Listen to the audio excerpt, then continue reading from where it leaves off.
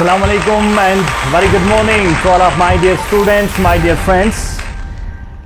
A warm welcome once again in this live session of today's class. My dear students, hope by the grace of Almighty everything is going fine. Everything is going fine.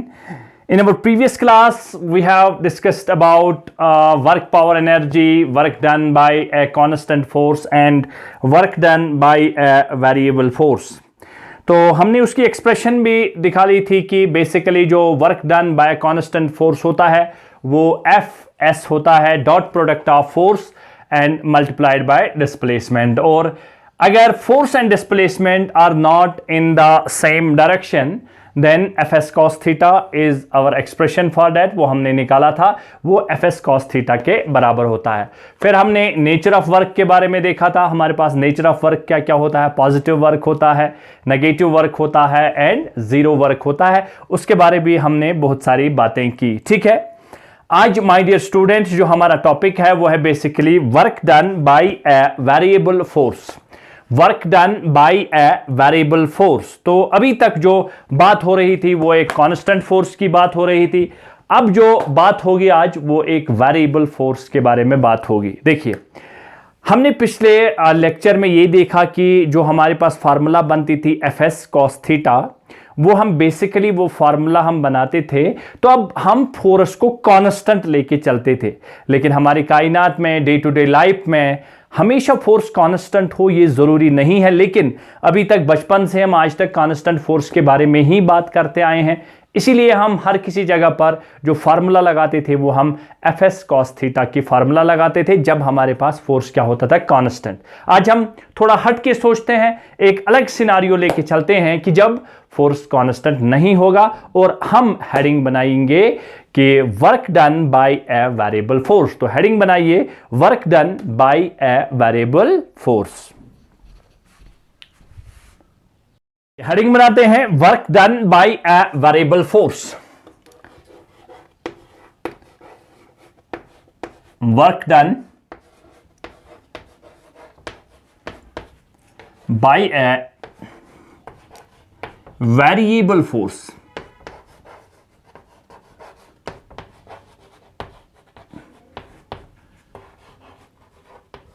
Variable force या कभी कभार आपको मिलेगा force displacement graph. इसको और एक heading डालते हैं force displacement graph. Very important, force displacement graph. Force displacement graph, ये हेडिंग डाल दीजिए आप, work done by variable force और फोर्स डिस्प्लेसमेंट ग्राफ। राइट, चलिए देखिए, बड़ा आसान सा टॉपिक है, ज्यादा मुश्किल वाली बात इसमें नहीं है। बड़े तभी आपको आसान लगेगा जब आप पूरी तरह से ध्यान इधर देंगे। पिछले सिनारियो में मैंने बोला था कि यहां पर एक बॉडी रखी है, ये बॉडी ए है।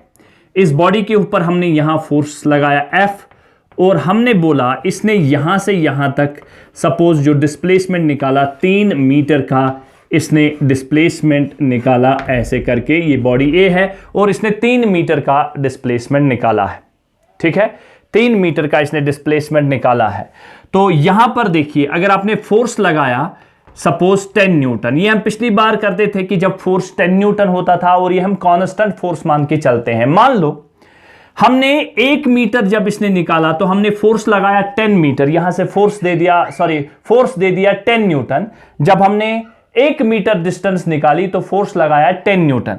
जब हमने दूसरा 1 मीटर निकाला तो उस टाइम हमने फोर्स ज्यादा दे दिया, हमने फोर्स दे दिया 20 न्यूटन। फिर जब अगला 1 मीटर निकालना होगा तब हमने फोर्स लगाया 30 न्यूटन। तो इसका मतलब है जो इसने 3 मीटर का डिस्प्लेसमेंट निकाला तो यहां फोर्स खाली 10 न्यूटन नहीं लगा, पहले मीटर के लिए फोर्स लगा 10 न्यूटन, दूसरा 1 मीटर निकालने के लिए थोड़ा ज्यादा फोर्स लगाया 20 न्यूटन, फिर लास्ट वाला 1 मीटर निकालने के लिए सपोज हमने फोर्स लगाया 30 Newton.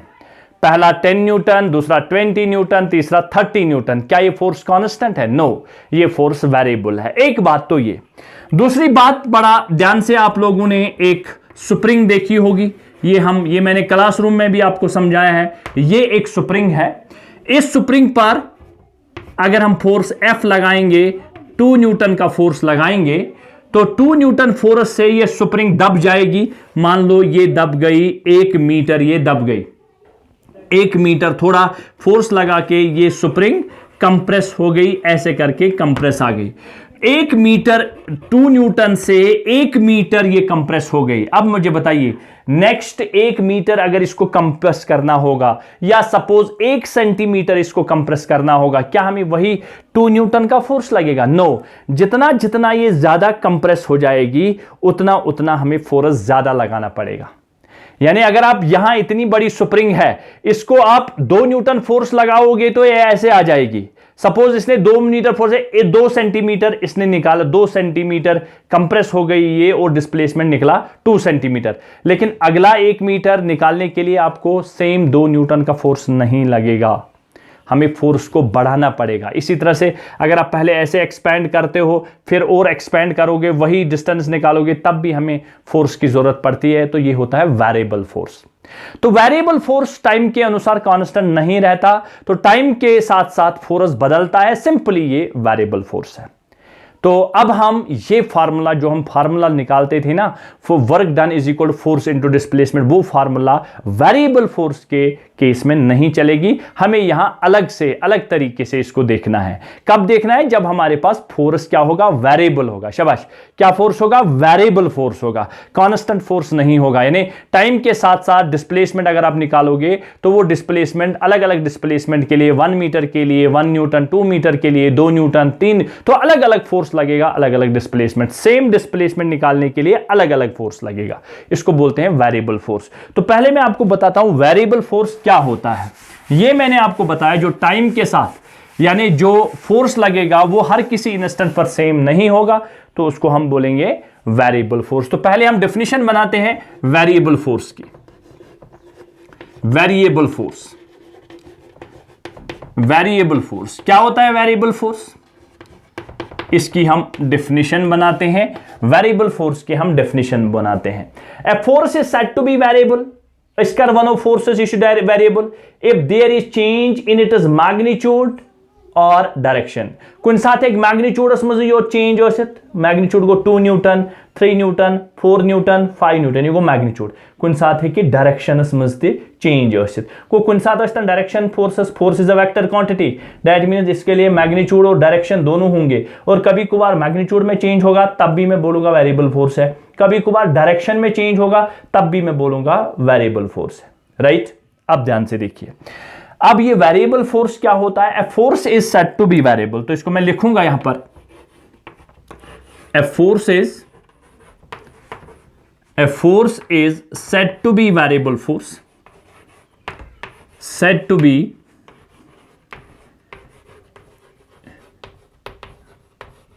Variable force, a force is said to be variable force. ठीक है, किस में चेंज आना चाहिए? If there is change in its magnitude, if शाबाश, there is change, if there is change, if there is change in its magnitude, या तो magnitude में चेंज होना चाहिए, in its magnitude, और डायरेक्शन, चाहे मैग्नीट्यूड में चेंज हो चाहे डायरेक्शन में चेंज हो, उसको बोलते हैं variable force. Change in magnitude और डायरेक्शन, और both in magnitude and direction, और both in magnitude and direction दोनों में चेंज आना चाहिए। या तो कभी कभार खाली मैग्नीट्यूड में चेंज हो तब भी वेरिएबल फोर्स है, कभी डायरेक्शन में चेंज हो तब भी वेरिएबल फोर्स है, कभी बोथ मैग्नीट्यूड एंड डायरेक्शन में चेंज हो तब भी वेरिएबल फोर्स है। देखिए, ये मैंने इस चौक पर फोर्स लगाया ऐसे 2 न्यूटन, उसके बाद में मैंने फोर्स लगाया इस साइड में 2 न्यूटन, तो डायरेक्शन चेंज हो गया ना, तो डायरेक्शन में चेंज हो गया तब भी ये वेरिएबल फोर्स है।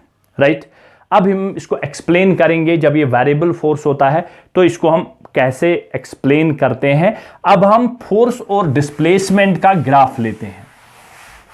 फोर्स एंड डिस्प्लेसमेंट का ग्राफ लेते हैं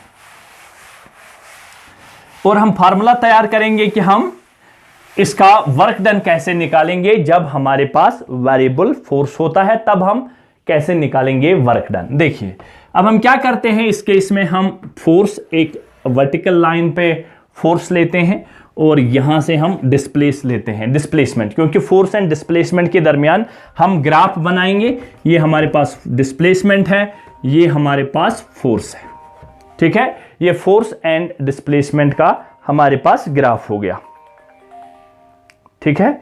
ये फोर्स एंड डिस्प्लेसमेंट का हमारे पास क्या हो गया, ग्राफ हो गया। फोर्स एंड डिस्प्लेसमेंट का हमारे पास ग्राफ हो गया।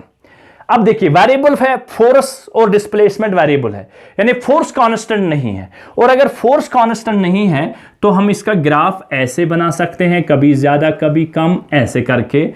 ये लाइन देखिए, यहां पर फोर्स कुछ है और डिस्प्लेसमेंट ये है, यहां पर फोर्स अलग है और डिस्प्लेसमेंट ये है, यहां पर फोर्स अलग है, डिस्प्लेसमेंट ये है, यहां पर फोर्स अलग है, डिस्प्लेसमेंट ये है। और अगर कांस्टेंट होता तो ये ऐसे लाइन जाती जब ये कांस्टेंट फोर्स होता, लेकिन कांस्टेंट फोर्स अब है नहीं, ये तो वेरिएबल फोर्स है। वेरिएबल फोर्स है, यहां से लेकर यहां तक ये वेरी कर रहा है। देखिए ये वेरी हो रहा है, ऐसे करके जा रहा है पहले, फिर ऐसे करके जा रहा है, फिर ऐसे, फिर ऐसे, फिर ऐसे करके ये जा रहा है, ठीक है। ये हमारे पास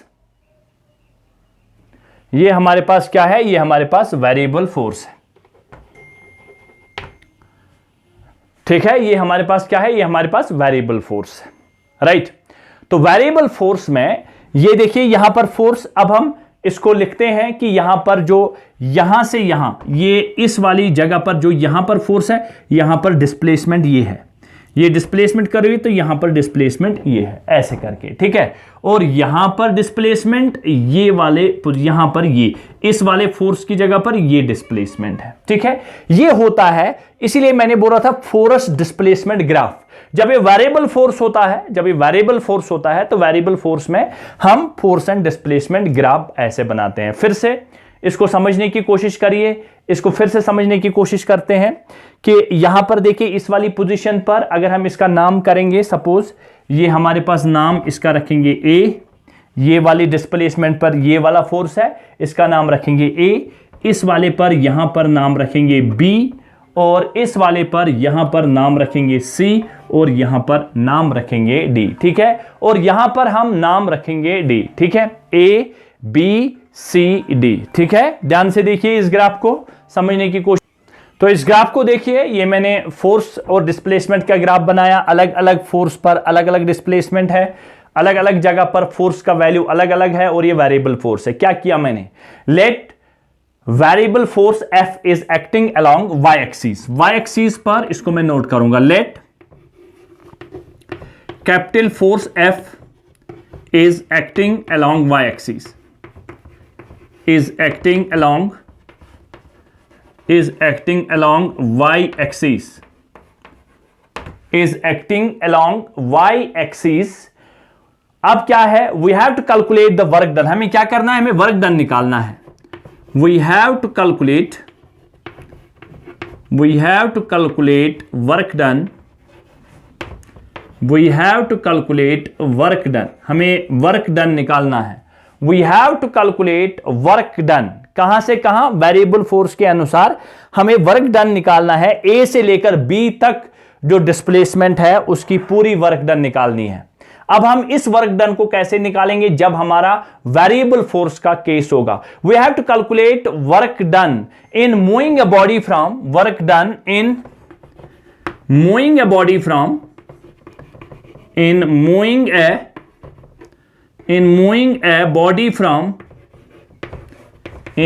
a body from A to B, यानी we have to calculate work done in moving a body from A to B। हमें बॉडी को कहां से कहां ले जाना है, हमें A से B तक ले जाना है बॉडी को, ठीक है। हमें इसमें वर्क डन निकालना है, फ्रॉम A to B हमें वर्क डन निकालना है, ठीक है। अब हम कैसे इस वर्क डन को निकालेंगे वो ध्यान से देखिए, under the action of the variable force we have to calculate work done in moving a body, we have to calculate the work done in moving a body from A to B under the action of under the action of variable force, under the action of variable force, under the action of variable force, ठीक है, under the action of variable force। फिर से let F is acting along y axis, y axis पर क्या है, F is acting along y axis, we have to calculate work done in moving a body from A to B, in moving a body from A to B, when moving a body from A to B under the action of variable force, A to B under the action of variable force, under the action of variable force we have to calculate the work done from A to B। अगर ये constant force आशा तो लगाओ सोदी force into displacement, ठीक है। variable graph वुचू ये तेंच graph position, ये तेंच ग्राफ बदल वैल्यू, ये तेंच ग्राफ बदल वैल्यू, ठीक है। इस तरह से हम कैसे कैलकुलेट करेंगे और वो मैंने राइट डाउन भी किया, ठीक है। उसको राइट डाउन करिए फिर हम आगे चलते हैं, ठीक है। कैसे करते हैं इस चीज के, कैसे खेलेंगे ध्यान से देखिए, मैं स्टेप बाय स्टेप लिखूंगा। सपोज ये जो डिस्प्लेसमेंट है from A to B, suppose the entire displacement, तो नोट भी कर सकता हूं मैं इधर, suppose the entire displacement, suppose the entire displacement, suppose the entire displacement. तो ये जो यहां से लेकर यहां तक है इसको हमने लिखा है suppose the entire displacement from A to B, entire displacement,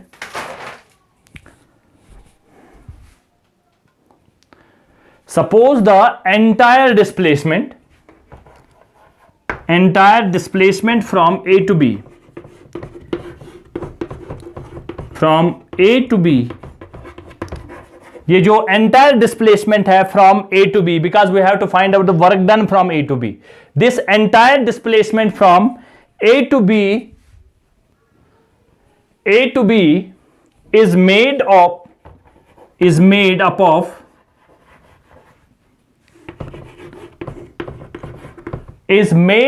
of very number of, या बहुत सारे, इसको हम क्या करेंगे यहां से लेकर यहां तक हम इसको बहुत सारे डिस्प्लेसमेंट, छोटे छोटे डिस्प्लेसमेंट लेंगे फ्रॉम ए टू बी, इसलिए मैंने लिखा कि the suppose the entire displacement from A to B is made up of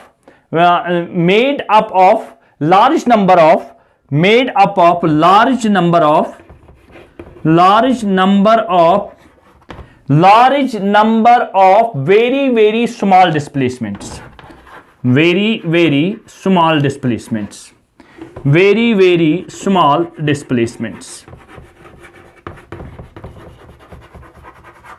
very very small displacements।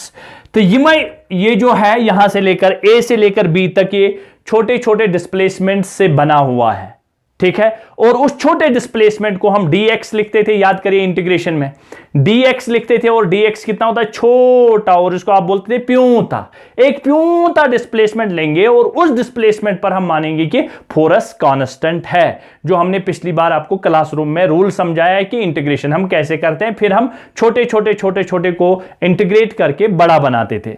इसी में से हमने एक छोटा डिस्प्लेसमेंट लिया, ये हमने यहां से लेकर यहां तक एक छोटा डिस्प्लेसमेंट लिया पी क्यू, ये छोटा डिस्प्लेसमेंट लिया, और यहां से लेकर यहां तक P से लेकर Q तक हमने माना कि ये डिस्प्लेसमेंट है dx, यानी एक छोटा डिस्प्लेसमेंट हमने लिया PQ, A से लेकर B तक हमने इसको छोटे छोटे डिस्प्लेसमेंट का बना हुआ माना।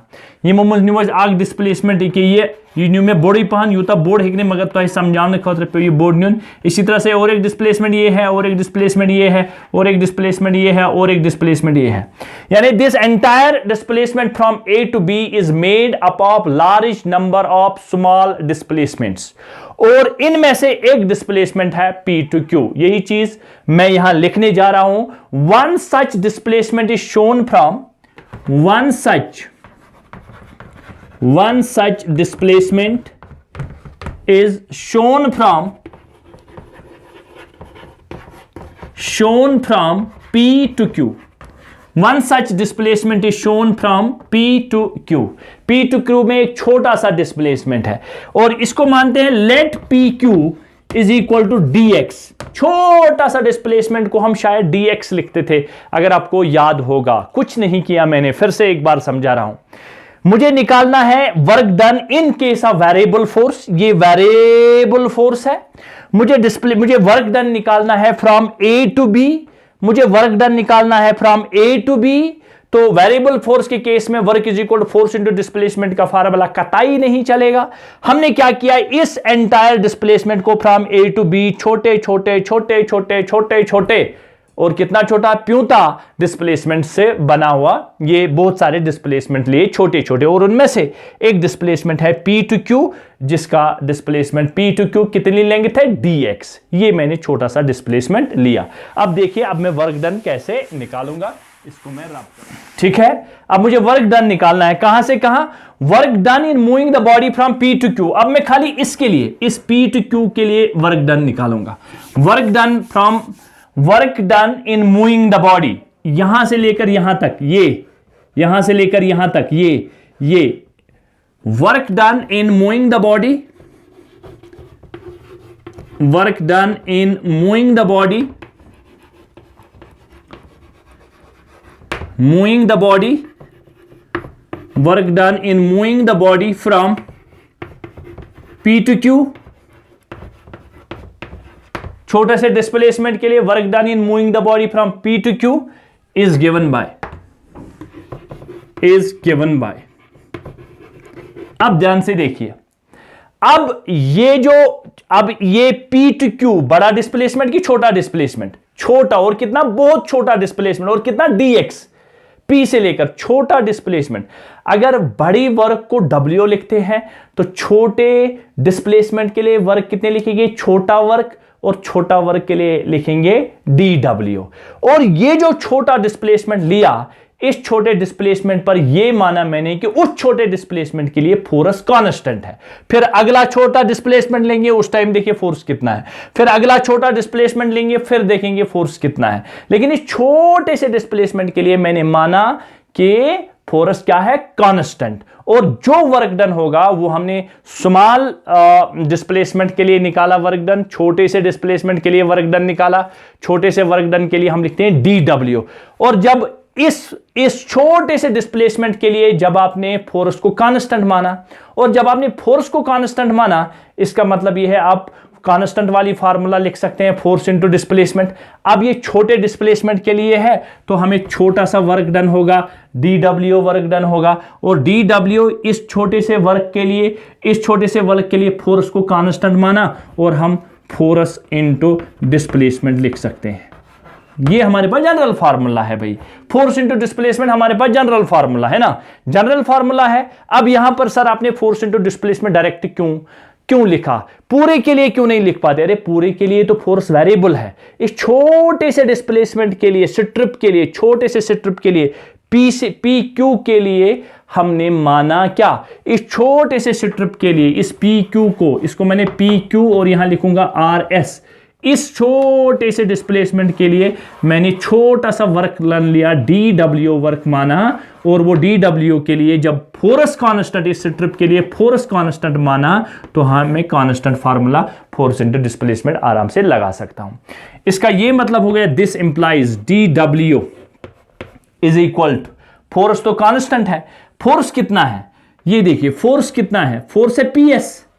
ये देखिए इस स्ट्रिप में देखिए, ये यहां पर P और यहां से लेकर यहां तक, ये देखिए ये PS है फोर्स वर्टिकल में है ना, यहां S है यहां P है, तो फोर्स के लिखूंगा PS। ठीक है, फोर्स के लिए क्या लिखूंगा, PS। और डिस्प्लेसमेंट को क्या लिखूंगा, PQ। छोटा सा डिस्प्लेसमेंट यहां से लेकर यहां तक, छोटा डिस्प्लेसमेंट PQ हो गया, तो मैंने क्या लिखा, PS इंटू PQ। ठीक है, अगर आप ध्यान से देखिए, ये है आल्टीट्यूड, ये है लेंथ इनटू ब्रेथ। मेरे ख्याल से इसके लिए, इस स्ट्रिप के लिए ये PS इंटू PQ इस स्ट्रिप का एरिया बनता है। ये इसकी यहां से लेंथ है और ये इसकी ब्रेथ है, लेंथ इंटू ब्रेथ। इसके लिए तो आराम से इस स्ट्रिप के लिए हम क्या लिख सकते हैं, और इसके लिए एरिया, ये PS इंटू PQ, ये तो एरिया हो गया। तो इसका मतलब dW is equal to PS into P Q, area of strip, ये एरिया ऑफ स्ट्रिप बनता है किस स्ट्रिप का, PQRS, इस स्ट्रिप का ये एरिया बनता है ना। Simply PQ into PQ, PS height है, ये ऐसे लेंथ है और ये इसकी ब्रेड्थ है, तो इसका मतलब है इसका जो एरिया होगा वो होगा PS इंटू पी क्यू, और वही यहां पर PS इंटू पी क्यू के बदले लिखा मैंने एरिया ऑफ स्ट्रिप PQRS। लेकिन इंपॉर्टेंट बात ये है कि हमें तो छोटा वर्क नहीं चाहिए, हमें बड़ा वर्क चाहिए, हमें वर्क चाहिए from A to B।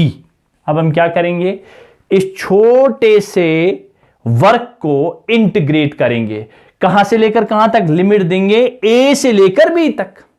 Simple चीज है, जब छोटे को बड़ा करना होगा तो इंटीग्रेट करते हैं, जब छोटे को बड़ा करना होगा तो इंटीग्रेट करते हैं, और जब बड़े को छोटा करना होगा तो डिफरेंशिएट करते हैं। अब हम इसी को क्या करेंगे, ये तो हमें यहां से लेकर यहां मिला, लेकिन हमें P से लेकर Q तक नहीं चाहिए, हमें चाहिए A से लेकर B तक।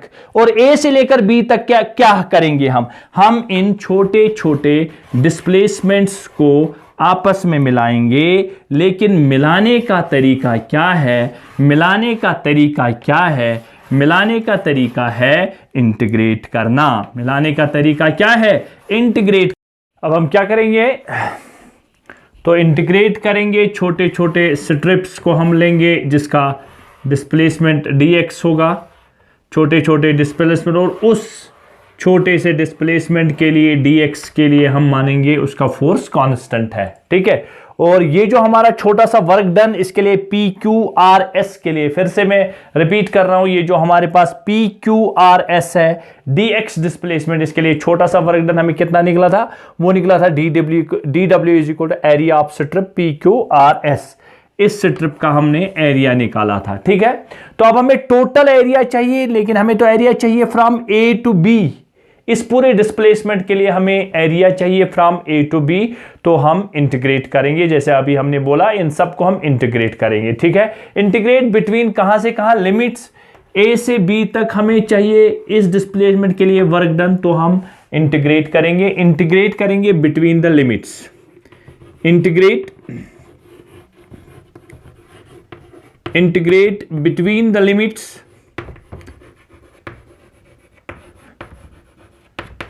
Integrate between the limits A to B, हम इंटीग्रेट करेंगे इसको between the limits A to B। जब हम इसको इंटीग्रेट करेंगे ये बनेंगे integration of dw is equal to integration of area of strip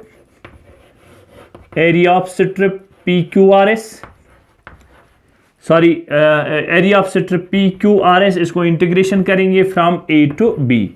A से B तक जोड़ना है, A से B तक छोटे छोटे डिस्प्लेसमेंट्स को जोड़ना है A से B तक, और उसके लिए हम क्या प्रोसेस है, इंटीग्रेट करेंगे, और इसमें PQRS, इन सब PQRS छोटे छोटे स्ट्रिप्स को मिला के पूरा एरिया हम बनाएंगे, ठीक है। और ये जब पास में आएंगे dw, और इंटीग्रेशन क्या बनेगा, ये बनेगा w, integration of dw that is basically w is equal to, और एरिया ऑफ स्ट्रिप PQRS, और कहां से कहां AB। अब ध्यान से देखिए, हमें A से लेकर B तक, तो जब हम A से B तक छोटे छोटे स्ट्रिप्स को मिलाएंगे तो ये हमें टोटल एरिया बनेगा फ्रॉम A टू B। इस स्ट्रिप का हमें ये टोटल एरिया मिलेगा, यानी जब हम इन सब को मिलाएंगे तो ये हमें इस पूरे एरिया, ये पूरा एरिया बनेगा। और क्या रहेगा हमारे पास, strip A B C D A, simple बात है।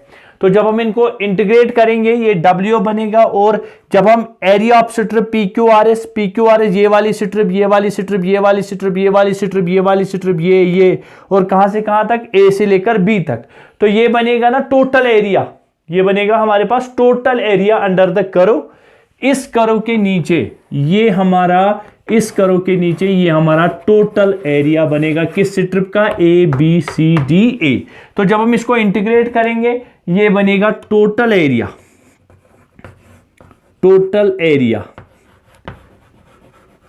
क्या बनेगा, total area under the curve A B C D A। बस ये हमारा वर्क डन का फार्मूला निकला,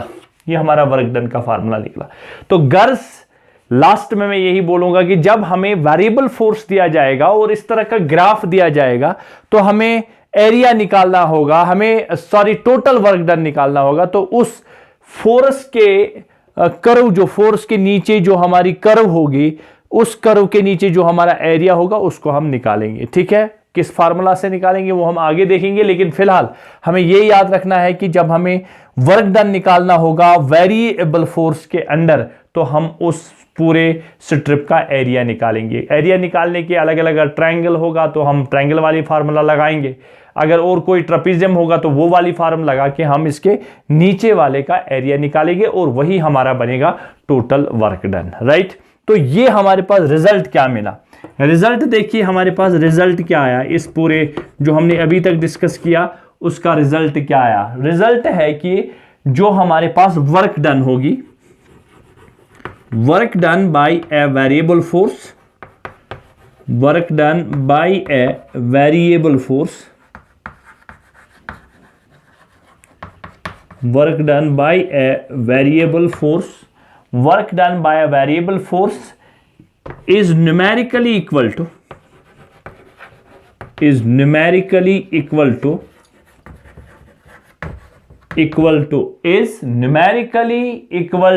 work done by a variable force is numerically equal to the area under the force curve, area under the force curve and displacement axis,